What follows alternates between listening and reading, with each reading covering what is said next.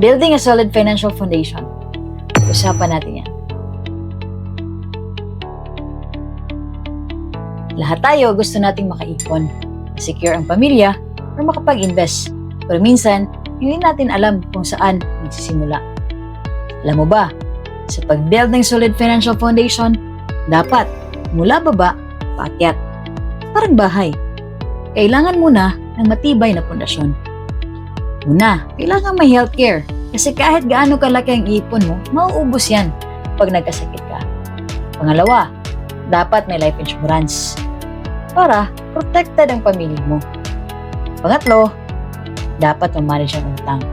Pang-apat, magkaroon ng emergency fund. Pang-lima, investments.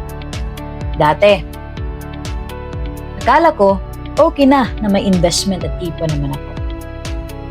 Pero nung i-evaluate ko ang aking finances, napagtanto ko kulang pala. Hindi solid ang foundation. Kaya kung gusto mo magkaroon ng peace of mind, dapat i-build natin ang solid financial foundation. Magkaroon ng healthcare, life insurance, manage ang utang, karoon ng emergency fund at investment.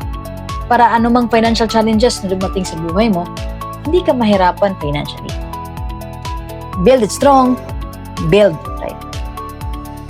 Follow me for more financial tips and let's build wealth the right way.